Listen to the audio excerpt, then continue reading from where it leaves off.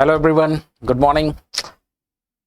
Paper analysis की जो हम लोग अपनी एक सीरीज चला रखे हैं, जो आपकी प्रिपरेशन के लिए काफ़ी ज़्यादा हेल्पफुल रह रहा है इस समय पे कि आपसे कहीं वो इम्पोर्टेंट टॉपिक छूट तो नहीं रही है जिसके एग्ज़ाम में आने की सबसे ज़्यादा प्रोबेबिलिटी है या जहाँ से क्वेश्चन सबसे ज़्यादा पूछे गए हैं।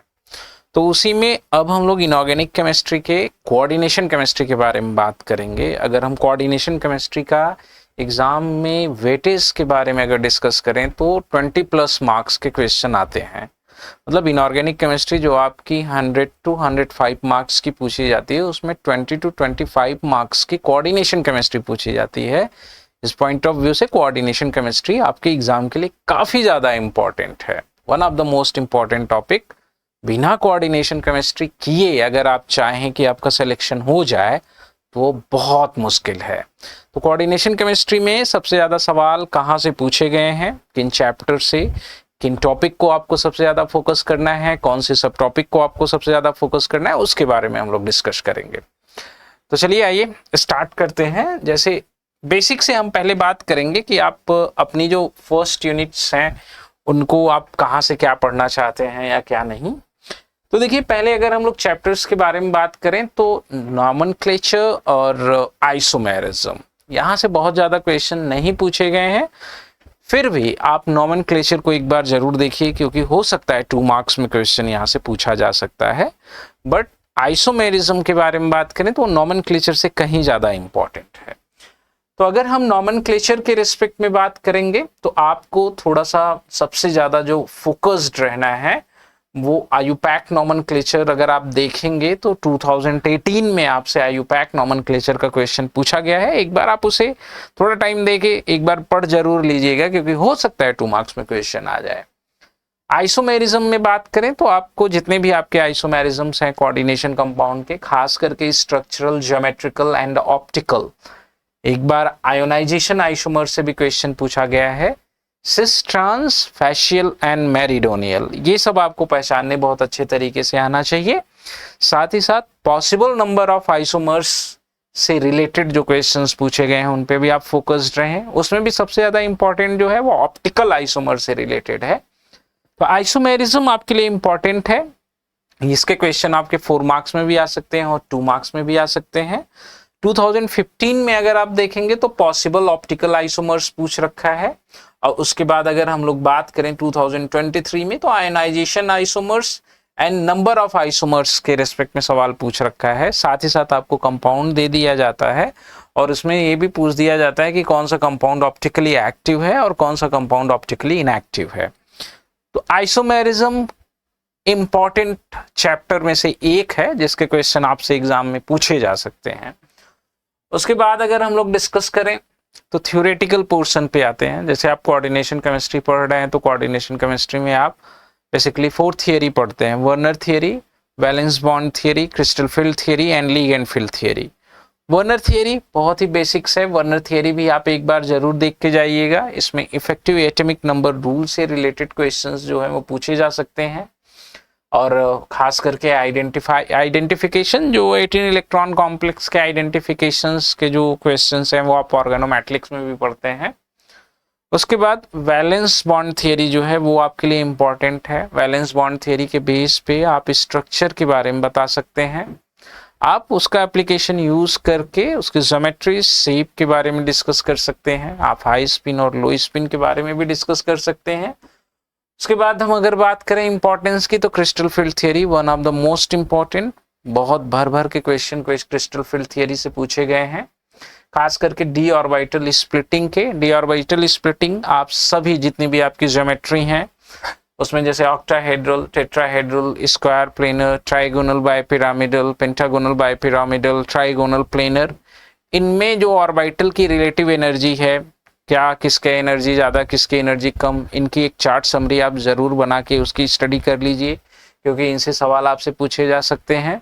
और ऑक्टाहेड्रल कॉम्प्लेक्सेस में हाई स्पिन, लो स्पिन से रिलेटेड क्वेश्चंस भी आपको पूछे जा सकते हैं। साथ ही साथ सीएफएससी कैलकुलेशन ऑक्टाहेड्रल, आपका टेट्राहेड्रल और स्क्वायर प्लेनर में सीएफएससी कैलकुलेशंस के ऊपर भी आप बहुत अच्छे तरीके से फोकस्ड रहिएगा। अगर आप देखेंगे इनके ट्रेंड के बारे में तो 2021 में अभी recently square planar versus octahedral CFSE पूछा गया था। 2023 में tetrahedral splitting pattern and magnetic moment से रिलेटेड क्वेश्चन पूछा गया है, आपके मैग्नेटिक मोमेंट में भी काफी हेल्पफुल रहेगा। 2016 में weak and strong field ligands and d electron configuration से रिलेटेड क्वेश्चन पूछा गया है। तो क्रिस्टल फील्ड थियरी सबसे इंपॉर्टेंट है। अगर आप कोऑर्डिनेशन केमिस्ट्री पढ़ के जा रहे हैं तो क्रिस्टल फील्ड थियरी वाला जो चैप्टर आपका है, थ्योरेटिकल पोर्शन वाला जो चैप्टर है, उस पर आप सबसे ज्यादा फोकस्ड रहिएगा। नेक्स्ट अगर हम लोग थोड़ा डिस्कशन करें तो इलेक्ट्रॉनिक स्पेक्ट्रा, उसके बाद जो है आपको लिगेंड फील्ड थियरी भी देखना है, लिगेंड फील्ड थियरी पे भी फोकस करिएगा। लिगेंड फील्ड थियरी में आप खास करके ligand field theory octahedral compounds की, टेट्राहेड्रल कंपाउंड्स की, इवन स्क्वायर प्लेनर की भी लिगेंड फील्ड थियरी पढ़िएगा। ऑर्बिटल की रिलेटिव एनर्जी के बारे में पढ़िएगा, highest occupied lowest unoccupied molecular orbital के आइडेंटिफिकेशंस के बारे में पढ़िएगा, सवाल इनसे भी पूछे जा सकते हैं। उसके बाद जो नेक्स्ट चैप्टर आपका आता है वो इलेक्ट्रॉनिक स्पेक्ट्रा। अब इलेक्ट्रॉनिक स्पेक्ट्रा में जो मोस्ट इंपॉर्टेंट है वो अगर आप देखेंगे तो डीडी ट्रांजिशन से बहुत क्वेश्चन पूछे गए हैं, साथ ही साथ चार्ज ट्रांसफर से रिलेटेड क्वेश्चन भी पूछे गए हैं। एलएमसीटी या MLCT, ligand to metal charge transfer, metal to ligand charge transfer, band की इंटेंसिटी, और जो जिसमें आपका सबसे important role selection rule play करेगा। रिलेटिव कलर ट्रेंड भी पूछा गया है, लिगेंड्स को बदल बदल के, या चार्ज ट्रांसफर बैंड से रिलेटेड क्वेश्चन, या स्पेक्ट्रोकेमिकल सीरीज को बहुत इंपॉर्टेंट आप इंपॉर्टेंस दीजिएगा, क्योंकि वो आपके लिए वैलेंस बॉन्ड थियरी में भी हाई स्पिन लो स्पिन को आइडेंटिफिकेशन में इंपॉर्टेंट रोल प्ले करेगा। क्रिस्टल फील्ड थियरी में भी हाई स्पिन लो स्पिन कॉम्प्लेक्स के फॉर्मेशन में इंपॉर्टेंट रोल प्ले करेगा। साथ ही साथ आपका जो इलेक्ट्रॉनिक स्पेक्ट्रा है उसके लिए भी काफी इंपॉर्टेंट रोल प्ले करेगा। कॉमनली अगर हम क्वेश्चंस के पूछे बारे में बात करें तो ज्यादातर जो सवाल आपसे पूछे गए हैं यहाँ पे, चेंज इन लैम्डा, मतलब कब आपका वेवलेंथ का रिलेटिव एब्जॉर्प्शन कब ज्यादा होगा, कम होगा। रिलेटिव इंटेंसिटी से ट्रांस या ऑक्टाहेड्रल कंपाउंड्स की रिलेटिव इंटेंसिटी से सवाल पूछे गए हैं, या आपको कॉम्प्लेक्स दे दिया गया है और मैच कराना है कि कितना एब्जॉर्प्शन होगा। आपको अगर हाई स्पिन लो स्पिन का आइडिया रहेगा तो आपको एब्जॉर्प्शन के क्वेश्चन में प्रॉब्लम नहीं होगी। साथ ही साथ आपको सिलेक्शन रूल काफी इंपॉर्टेंट है, सिलेक्शन रूल से रिलेटेड भी सवाल आपसे पूछे गए हैं। नेक्स्ट अगर हम लोग डिस्कशन करें तो देखिए, अगर आपने क्रिस्टल फील्ड थियरी पढ़ रखी है, लिगेंड फील्ड थियरी पढ़ रखी है, तो मैग्नेटिक मोमेंट भी आपके लिए उतना ही इंपॉर्टेंट रखता है। मैग्नेटिक मोमेंट से रिलेटेड सवाल पूछे गए हैं। मैग्नेटिक मोमेंट का प्रेडिक्शन पूछा गया है, कॉम्प्लेक्स दे दिया गया, आपसे रिलेटिव मैग्नेटिक मोमेंट पूछ दिया गया, नंबर ऑफ अनपेयर्ड इलेक्ट्रॉन जो कि आपको थियोरेटिकल पोर्शन से हेल्प मिलेगा। स्पिन ओनली फार्मूला यूज करके भी आपको क्या क्या मैग्नेटिक मोमेंट से रिलेटेड क्वेश्चन पूछे गए हैं। 2015 और 2017 दो बार अगर आप देखेंगे तो आपसे क्वेश्चन जो है CSIR में वो पूछे गए हैं। अगला अगर हम लोग बात करें तो देखिए, स्पेक्ट्रोकेमिकल सीरीज तो काफी इंपॉर्टेंट है, उस पर आप फोकस्ड रहिएगा, क्योंकि ये आपके इलेक्ट्रॉनिक स्पेक्ट्रा और थ्योरेटिकल पोर्शन दोनों जगह काफी हेल्पफुल रहेगी। नेक्स्ट चैप्टर के बारे में अगर हम लोग डिस्कशन करते हैं तो हम आ जाते हैं रिएक्शन मैकेनिज्म में।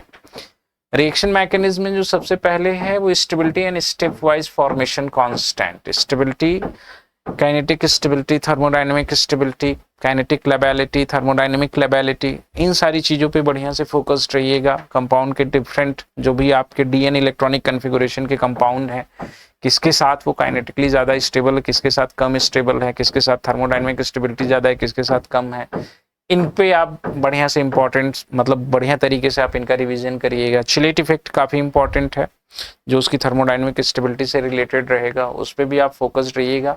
अगर हम सवाल के बारे में बात करें तो 2015 और 2023 दो बार अगर आप देखेंगे तो क्वेश्चन पूछा गया है यहाँ से। नेक्स्ट अगर हम रिएक्शन मैकेनिज्म में बात करें तो substitution reaction, associative mechanism, dissociative mechanism, जो कोऑर्डिनेशन केमिस्ट्री के अलावा आप ऑर्गेनोमेटेलिक केमिस्ट्री में भी पढ़ते हैं। ट्रांस इफेक्ट वहां पे काफी इंपॉर्टेंट रोल प्ले करेगा, खास करके जो ज्यादातर सवाल पूछे गए स्क्वायर प्लेनर कॉम्प्लेक्सेस में आपके सब्स्टिट्यूशंस रिएक्शंस के रेस्पेक्ट में कवा सवाल पूछे गए हैं। हाइड्रोलिसिस भी इसमें इंक्लूड करिएगा, acidic hydrolysis and basic hydrolysis, वो भी काफी इंपॉर्टेंट है। नेट 2022 में अगर सब्स्टिट्यूशन रिएक्शन से रिलेटेड क्वेश्चन पूछा गया है, 2017 में जो है वो ट्रांस इफेक्ट से रिलेटेड क्वेश्चन पूछा गया है। तो ट्रांस इफेक्ट की जो सीरीज है उसे आप जरूर देखिएगा, लास्ट मोमेंट में वो आपसे छूटनी नहीं चाहिए एकदम। फिर उसके बाद जो सबसे लास्ट वन है वो electron transfer reaction, outer sphere and inner sphere से क्वेश्चन आपको काफी पूछे गए हैं, ये भी काफी इंपॉर्टेंट है। अगर आप इतनी यूनिट को प्रिपेयर करके जाते हैं तो होपफुली आप कोऑर्डिनेशन केमिस्ट्री में अच्छा परफॉर्मेंस करेंगे। अगर आपसे 25 नंबर के क्वेश्चन आते हैं तो होपफुली आप 20 से 22 नंबर के क्वेश्चन आसानी से सॉल्व कर ले जाएंगे। तो इस बात पे आप विशेष ध्यान रखिएगा कि कौन सी टॉपिक आपसे कहीं कोई छूट तो नहीं रही है। ये रिलेटिव, अगर हम ट्रेंड के बारे में बात करें तो रिलेटिवली ट्रेंड है, इनके ऊपर आप बढ़िया से आप ध्यान दीजिएगा, ठीक है, काफी इंपॉर्टेंट है। Crystal field splitting, magnetic behaviour, spectrochemical series, stability constant, trans effect, linkage isomers को भी एक बार आप देखिएगा। हाइड्रोलिसिस के बाद electron transfer reaction, kinetic stability of complex and thermodynamic stability of complex, इन सारी चीजों पे बढ़िया से फोकस्ड रहिएगा। और जब आप इतना प्रिपेयर करके जाओगे तो डेफिनेटली आप अच्छा करोगे। सबसे आसान है कि आप एक बार PYQs पे विजिट करिए और आप देखिए वहां से कि आप क्वेश्चन सॉल्व कर पा रहे हैं कि नहीं, कहीं कोई कॉन्सेप्ट छूट तो नहीं रहा है। अगर छूट रहा है तो दोबारा रिवाइज करिए, समय है, क्वेश्चन सॉल्व करिए, मॉक टेस्ट दीजिए और कॉन्सेप्ट को रिवाइज करिए, क्योंकि यही मोमेंट जो है सबसे इंपॉर्टेंट मोमेंट है। और यहाँ से ही आप क्लियर डायरेक्शन में आप जा रहे हैं कि नहीं जा रहे हैं, ये सब डिसाइड होगा। यहाँ पे आपको पेशेंस लूज नहीं करना है। अगर कोई चीज छूटी है तो उसे तुरंत रिवाइज करिए, अभी टाइम है, आप अच्छे से कर जा सकते हैं। तो नेक्स्ट वीडियोस हम आपका जो है लेके आते हैं, वो खास करके अब हम ऑर्गेनोमेट्रिक केमिस्ट्री के बारे में बात करेंगे। बट आप एक बार जाइए और अच्छे तरीके से देखिए कि आपने जो कोऑर्डिनेशन केमिस्ट्री पढ़ी है, कहीं इसमें से कोई टॉपिक आपकी छूट तो नहीं रही है, कहीं वही टॉपिक तो नहीं छूट गया जो हर बार आता है।